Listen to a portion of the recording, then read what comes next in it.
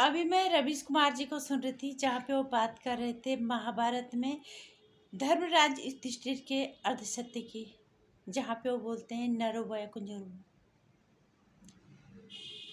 इसके माध्यम से वो बात कर रहे थे मेन स्ट्रीम मीडिया की।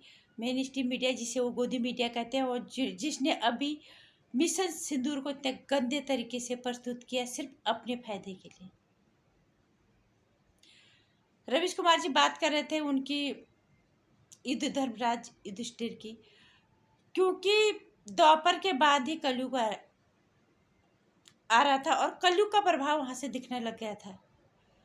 और युधिष्ठिर जी को सहज जैसे भी बोला, झूठ तो उन्होंने बोला, उन्होंने अर्धसत्य बोला, पर था तो वो झूठ। वो कलयुग का प्रभाव भी कह सकते हैं।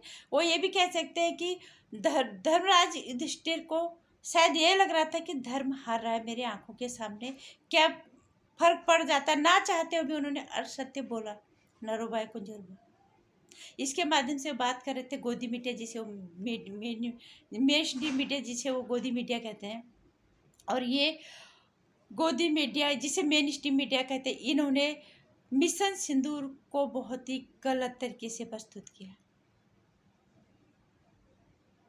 चीखना चिल्लाना, इतने संवेदनशील मुद्दे को भी इतने चीख चिल्ला के उन्होंने प्रस्तुत किया, जबकि हमारे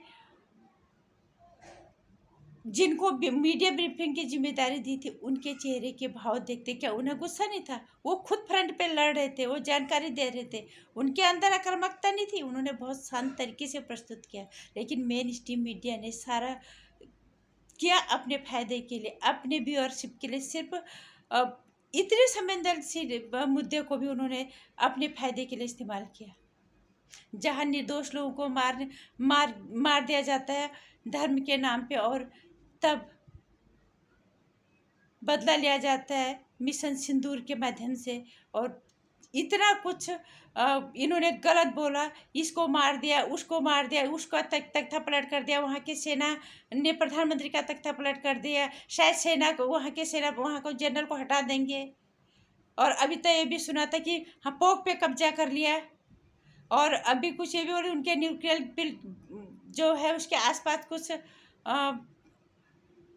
हो गया, इस तरह की मतलब बहुत सारी चीज़ें बोली हैं। ये सब मेन स्ट्रीम मीडिया की ही दिमाग की उपज है, अपने फायदे के लिए।